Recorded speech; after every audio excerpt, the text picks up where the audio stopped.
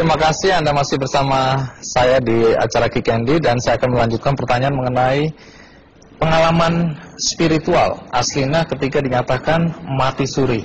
Nah, tadi disebutkan oleh paman Anda, Pak Rustam, bahwa Anda mengatakan Pak, mati itu sakit. Apa yang Anda rasakan waktu itu?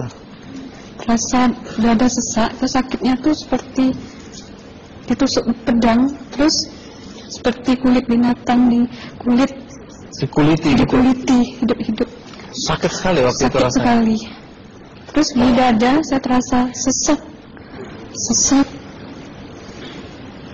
Setelah itu paman saya mengajar saya mengucap kalimat thayyibah, terus mengucap dua kalimat syahadat, asyhadu an la ilaha illallah wa asyhadu anna muhammadar rasulullah. Apa betul waktu roh Anda itu dicabut dari kaki itu, ya, Anda bisa melihat jasad Anda? Sempat saya melihat jasad saya pada waktu itu, tapi sebentar. Setelah itu saya dibawa pergi oleh dua orang malaikat ini. Dan pada waktu itu saya ingin ketemu sama ayah saya. Kebetulan ayah saya sudah meninggal. Dan suatu ayah saya meninggal, dia berusia 55 tahun. Setelah saya ketemu di sana, dia tuh berusia muda. Kok muda? Berusia 17 sampai 20 saya perkira. Anda sempat ngobrol dengan ayah? Sempat. Apa yang Anda sampaikan? Waktu itu ayah nangis. Ayah saya bilang, kenapa kamu kesini nak? Pulanglah. Di rumah tidak ada orang. Kasihan lihat ibumu dan adik-adikmu. Tidak ayah, janjiku sama Allah sudah sampai. Dan pada waktu itu ayah saya menangis. Lalu apa yang dia ucapkan? Diam aja dia. Terus hilang. Kembali ke malaikat tadi, bentuk yang Anda lihat seperti apa malaikat ini? Dia ini laki-laki, tapi mukanya sama semua. Berapa malaikat? Dua. Iya. Fisiknya seperti apa? Seperti berserban, berpakaian ihram, mukanya sama. Wajahnya seperti apa? Wajahnya sulit saya gambarkan. Yang jelas dia ini sama, dua-dua itu sama rupanya. Apakah ada ucapan dari dua sosok yang Anda anggap malaikat itu? Ada. Apa kata mereka? Waktu itu saya mengalami perjalanan spiritual.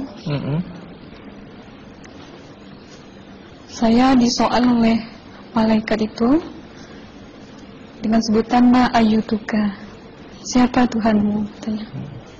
Waktu itu roh saya menjawab, Tuhanku adalah Allah. Siapa pemimpinmu? Pemimpinku adalah Nabi Muhammad sallallahu alaihi wasallam. Mana kiblatmu? Kiblatku adalah Ka'bah. Siapa kedua orang tuamu? Siapa saudara maramu? Terus saya diperjalankan.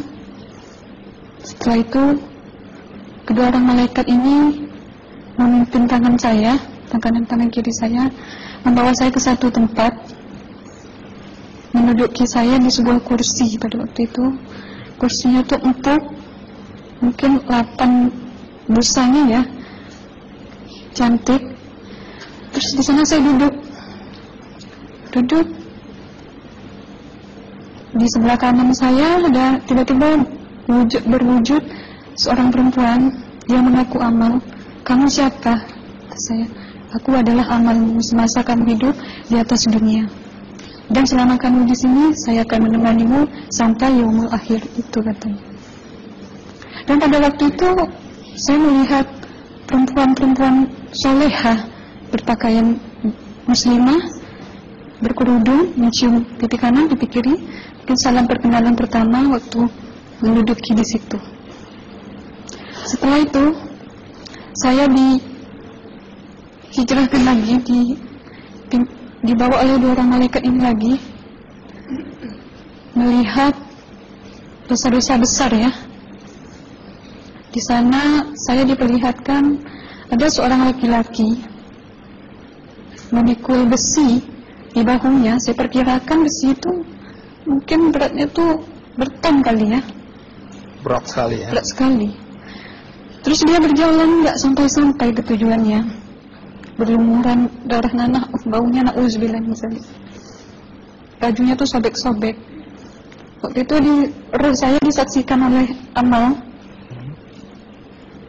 Saya tanya kepada Amal, roh tanya sama Amal, wahai Amalku, dosa apakah yang manusia ini lakukan sewaktu ia hidup di atas dunia?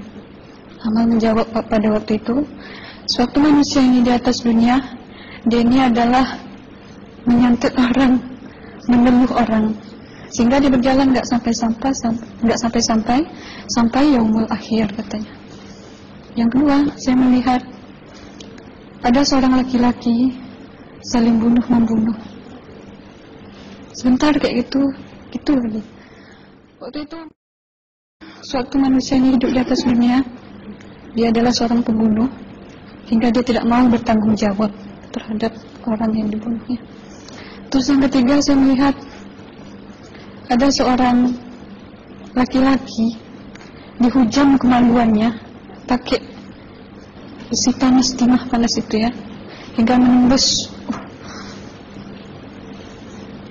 Waktu itu roh bilang sama Amal, wahai Amalku, dosa apakah yang manusia ini hidup di atas dunia? Amal waktu itu menjawab, suatu manusia ini hidup di atas dunia, manusia ini adalah seorang perzina. Setelah itu saya melihat ada seorang laki-laki disebati oleh rotan. Rotan itu menyebati kulitnya tuh hingga lepas daging sama kulitnya. Itu yang mau menjawab, suatu manusia yang hidup di atas dunia, dia ini tidak pernah sholat Islam, hingga waktu matinya pun dia tidak mengucap 2 kali syahadat. Dan pada waktu itu roh sama Amal sempat menghafiz Quran pada waktu itu dengan harapan supaya orang manusia yang Allah siksakan ini bisa terampuni dosanya. Jadi masih sempat waktu itu ya? Iya, roh sama Amal yang menghafis Quran, bertahzim, bersalawat, baca ayat 1000 dinar, membaca Yasin. Tapi sayang, bahkan tambah banyak Allah tidak mengampuni dosa-dosa mereka, sayangnya. Setelah itu, akhirnya yang terakhir kali berzikir. Zikir saya pada waktu itu, subhanallah, walhamdulillah, wala ilaha illallah, wallahu akbar, la haula wala quwwata illa billahil aliyyil azim. Sekuat-kuatnya nada saya berteriak. Tiba-tiba saya merasakan detik jantung ya. Waktu itu mungkin paman saya yang menyaksikan. Itu saya koma. Disitulah sebenarnya Anda kembali ke jasad ya? Iya, benar. Jadi banyak sekali Anda menyaksikan kejadian-kejadian di alam sana ya. Nah, menarik karena waktu kami menghubungin Mbak Aslina, pada dasarnya Mbak Aslina keberatan menceritakan kembali kisahnya. Tapi kalau toh akhirnya Anda mau sampai di sini dan Anda sudah bercerita, apa harapan Anda pada orang-orang yang mendengarkan kisah ini? Ya, harapan saya pertama, ya lebih banyak menyambut puasa ya, lebih banyak mendekat diri aja sama Allah, perbanyakkan amalan soleh, perbanyakkan zikir, perbanyakkan sholawat, baca Quran, dan sebagainya. Itu harapan Anda ya? Iya. Baik, terima kasih Mbak Aslina ya, sudah datang dari Bengkalis.